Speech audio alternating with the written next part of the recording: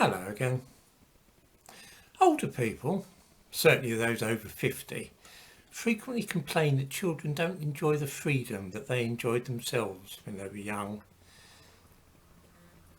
They're not allowed to walk to school. The equipment in the playgrounds and parks is dull and safe. It's not at all the way it used to be when they were children.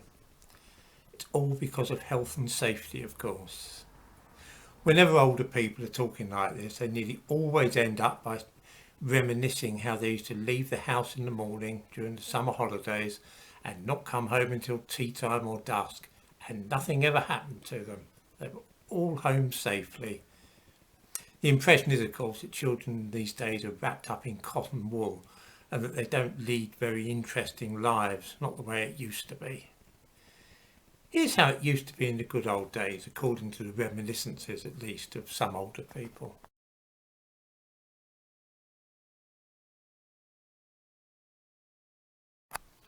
Let's consider one or two of the claims routinely made by old people.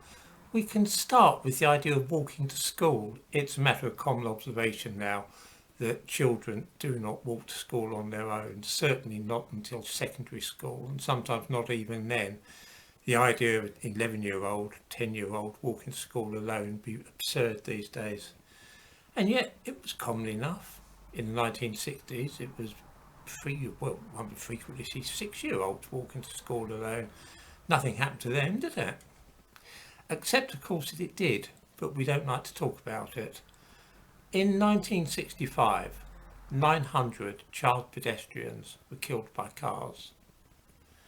That means, in blunt terms, that 45 times as many children were being knocked down by cars as is the case today. And the reason was, of course, that they were crossing the road alone without a grown up with them. In fact, it's even worse than that, because in 1965 there were only a third as many cars on the roads as there are now, which means essentially that every single car in 1965 was 135 times more likely to run over and kill a child than a car is today. Which is a sobering thought indeed. It's a sort of thing that adults want to forget about. It's a natural consequence. If you let children walk to school alone and let them roam about all day on their own, they're going to get run over and killed, or at least a certain number of them are. What about playgrounds and parks? It's undeniably true that you don't see things like witches' hats and swing boats anymore, and that instead of concrete surfaces in playgrounds, it tends to be all rubberised, and there's safety barriers, and oh dear, they're just not as interesting as they used to be when we were children. Surely that's a case of health and safety gone mad. No one ever got killed or injured in a park, did they? Except, of course, that this isn't something just enforced by the health and safety zealots in the cause of the nanny state. In the early 1970s, a doctor in Sheffield called Cynthia Illingworth produced a paper for an academic journal on the phenomenon of small children's fingers growing back if they were severed. It doesn't happen to adults, but if a very small child loses the tip of a finger, the thing will grow back, which is quite remarkable. You might wonder where Cynthia Illingworth got all those statistics from. It's curious. I mean, where did she find all these children having their fingers cut off?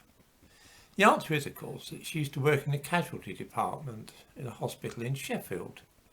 And she routinely saw children coming in with severed fingers and fractured skulls and eyes that had been knocked out, and broken limbs, all sorts of injuries like that.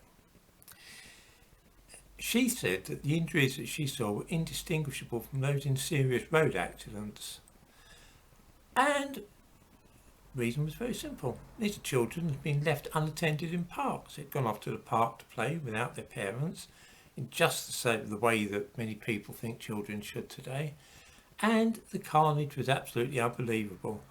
Small children would fly over the head of the rocking horse and land headfirst on concrete and fracture their skulls, or they'd get their arms and legs caught under a roundabout and break them. Or, in the case of the severed fingers, I wonder how many people remember the witches' hats, which were hideously dangerous, children used to get their fingers caught there and sever their fingers.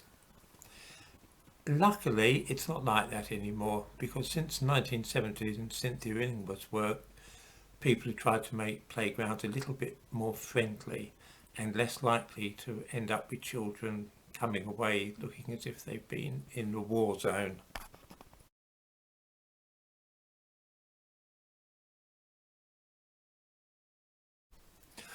What about missing eyes though? How did that happen? How were children losing their eyes and being blinded when they were out playing? Today, a child losing his eye through an injury, what we call blunt injury trauma, is fantastically rare. It's vanishingly rare. However, in the 50s and 60s, it was really common. And there's a very simple explanation for this.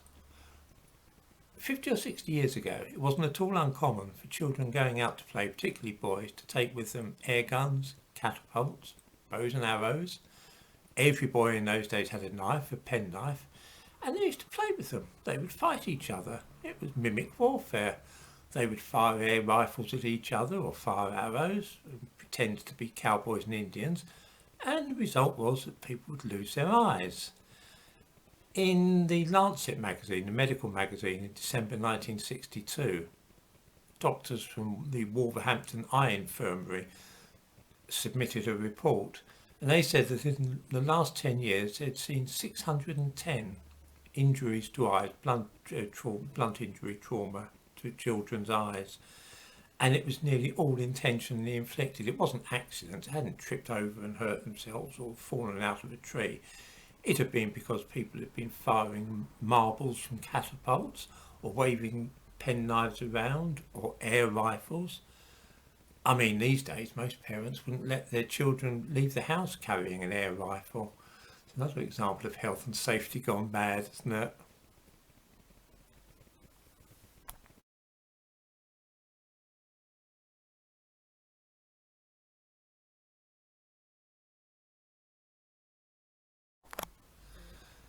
The next time any older people feel like complaining about the mollycoddled life that children lead today and how it didn't do them any harm to be wandering around and playing with rifles and so on, it's worth remembering that sort of freedom comes at a cost, and the cost is in the life and limbs of young children.